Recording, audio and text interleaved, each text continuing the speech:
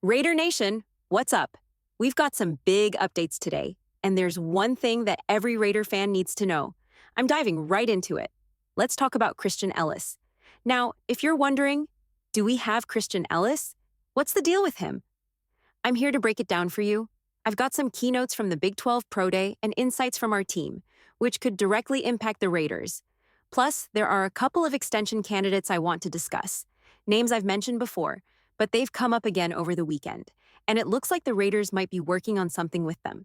If you're all about staying on top of the latest Raiders news every single day, don't forget to hit that subscribe button and turn on those notifications.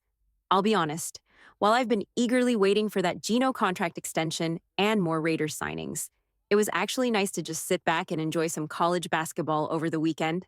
Hopefully your brackets are still holding up. All right, for those of you who might not remember, last week the Raiders signed former Patriots linebacker Christian Ellis to a contract. Here's why it's interesting. New England initially placed a $3.3 million offer on him, but the Raiders responded quickly with a one-year $4.8 million deal. The Patriots have until 4 p.m. Eastern Time today to either match that offer or come back with a better one. Here's why I don't think that's going to happen. New England already signed linebacker Robert Spillane and added another linebacker, Gibbons. Those two essentially cover the same role that Ellis would play, which makes it less likely for the Patriots to match or offer him a higher contract. So, my prediction? By 4 p.m. Eastern today, Christian Ellis will officially be a Raider. You'll get the notification and the official pop-up when it happens. I think this is a solid move. As we know, money talks, and the Raiders really value versatility. They're seeing growth potential in someone like Ellis, and I stand by my opinion from last week. Pair him up with someone like Allen and Roberts, and we've got a really solid linebacker duo, especially for a team that runs a lot of two linebacker sets, which I expect this team to do. So, mark your calendars, by 4 p.m. Eastern today, Ellis should be a Raider unless New England makes a move, but I'd be pretty shocked if that happens. So, when you look at SpotRack, they've got the Raiders cap at $32 million. But here's the thing, I get why there's some confusion. When I checked, the Christian Wilkins restructure wasn't listed on SpotRack, but it was on Over the Cap. And similarly, there's no mention of Raheem Mostert, Darnell Holmes, or Zach Carter's contracts on Over the Cap either. But beyond that, everything else seems to be in there. Based on all of this, I'd guess the Raiders' cap space is somewhere between $45 and $46 million. Now, I know a lot of you, including myself, are wondering, are the Raiders gearing up to sign another receiver? Are they looking to add more pieces to the roster? Because while I do like what the team's done this offseason, it's been a little quiet lately. It makes you wonder if they're preparing for something bigger down the line. Over the weekend, I reached out to someone to get a clearer picture about what's happening with the Geno contract.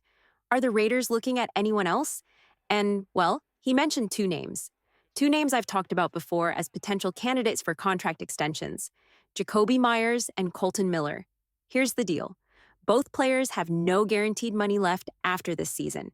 If they don't get extensions, they'll be free agents in 2026. Now, if I were Geno Smith, I'd be a little concerned. He's got just 1 year left on his contract, and it's tied with both Jakobi and Kolton Miller. If I were him, I'd want some security before locking in a new deal. I know some of you might be thinking, Mitch, they're going to pay Geno $40 to $45 million per year. So what's the concern? You're not wrong. That's definitely what Geno's going to get. But here's the thing. Geno might not want to sign an extension unless he knows who's going to be protecting his blind side at left tackle and who his number one receiver is. Let's face it, no Kolton Miller and no Jakobi Meyers. That's not a very appealing situation for a quarterback, especially a guy like Geno. So I do wonder if, behind the scenes, the Raiders are focused on those extensions. The two names I heard this weekend, Jakobi Meyers and Kolton Miller, could be getting their extensions first, possibly even before Geno. I'm not saying it's definitely going to happen, but I do think we'll see an extension for both Jakobi Meyers and Kolton Miller this offseason. And, of course, Geno Smith will get his extension too.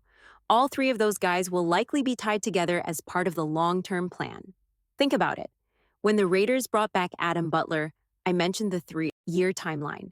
That's important because of Pete Carroll's contract and the potential for an out clause. I think you could see something similar with Geno Smith, Jakobi Meyers, and Kolton Miller.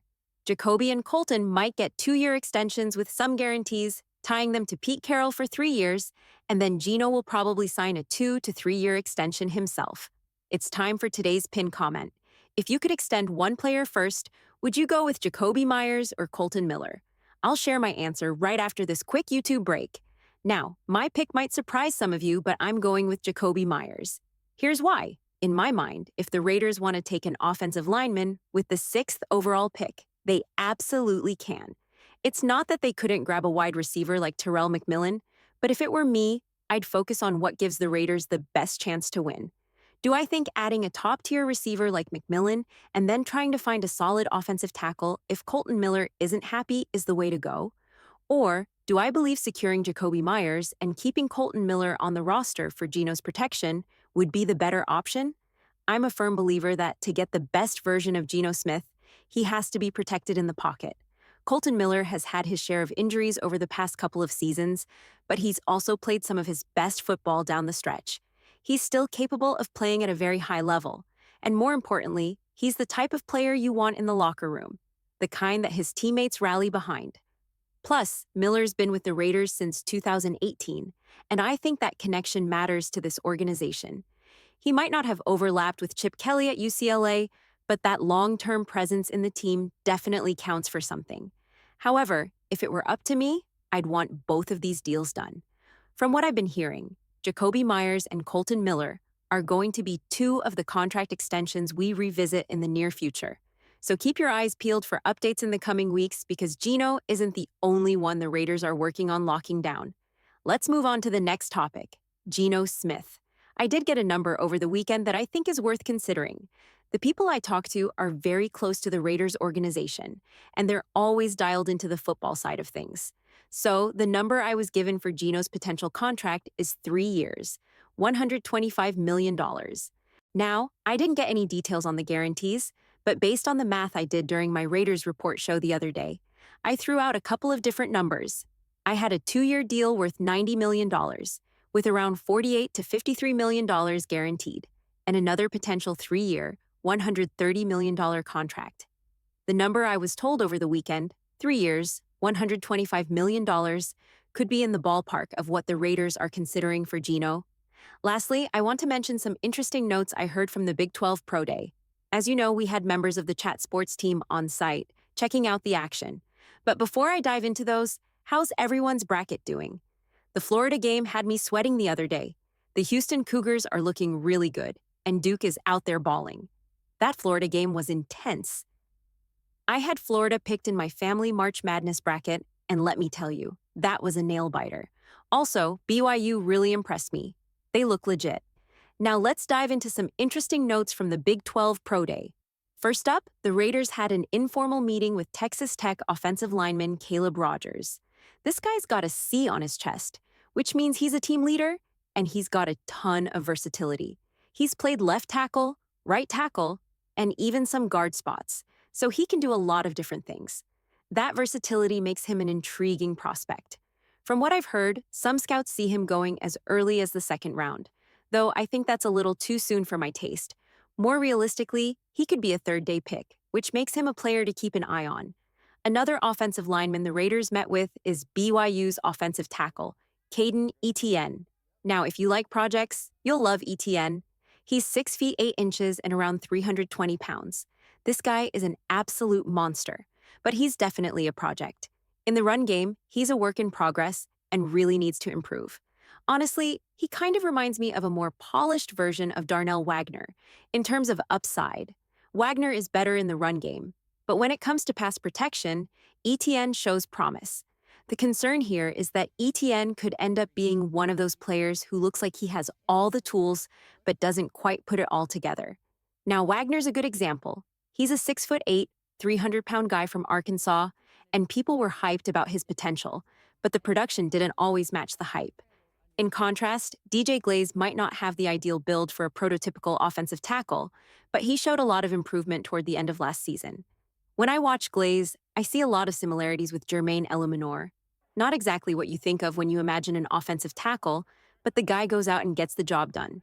So, with all this talk about offensive linemen, I still believe there's a real possibility the Raiders take a tackle early in the draft. It's in line with what John Spytek has done in the past, And even though Pete Carroll doesn't always prioritize offensive line, he's always valued the trenches. For a guy like Spytek, don't be surprised if the Raiders go after an offensive tackle early in the 2025 NFL Draft. Finally, I've got a bit of an unfortunate update regarding Shiloh Sanders. I had multiple sources tell me from the Big 12 Pro Day that Shiloh came across as immature and potentially undraftable. Honestly, hearing that was a bit of a letdown because I've been watching the Deion Sanders show on Max, formerly HBO Max, and I always thought Shiloh was a really good young man who had his head on straight. It's tough to hear that, but it's important to consider what's being said from the people who are evaluating these players closely. The fact that I didn't hear just one, not two, but three separate people express concerns about Shiloh Sanders really stood out to me. It seems that Shiloh rubbed a lot of people the wrong way during the Big 12 Pro Day. One person even said, "Who does this guy think he is?" Now I get it. There's going to be a lot of attention on the Sanders family. Deion's always in the spotlight, and Shatter is getting plenty of attention too. Maybe Shiloh thought he'd get some of that limelight as well. But here's the kicker. Someone from Big 12 Pro Day shared with me a quote from Shiloh himself. He said he didn't feel the need to interview because, "I'm not in the Big 12 anymore, I'm in the league." Now, this is a player who's likely a seventh-round pick, someone who didn't get an invite to the NFL Combine. If I'm looking at adding a guy in that range, I want a player who's humble, a special teamer, and someone who can bring positive energy to the locker room. But based on what I'm hearing from the Big 12 Pro Day and what I've seen myself, I'm not sold on Shiloh being a fit for the Raiders. Look, Tom Brady has a close relationship with the Sanders family, but hearing these kinds of things about Shiloh this weekend has me far more concerned than I was before. When you have a guy who's projected as a seventh-round pick and you're hearing these types of things about him, it's hard to ignore. I'm just not sure he's the right fit for the Raiders. All right, I'm wrapping up here, but don't go anywhere. Another video is coming your way later today. It'll have all the graphics from Chugs and me, and then you can look forward to another one bright and early tomorrow.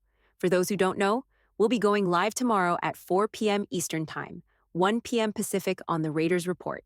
And of course, keep your eyes on Christian Ellis. Will he officially become a Raider by 4 p.m. Eastern Time today? I would be shocked if it doesn't happen. If the Patriots end up matching the offer, you'll get another video from me. But if they don't, you'll likely see a quick update confirming that Ellis is officially a Raider.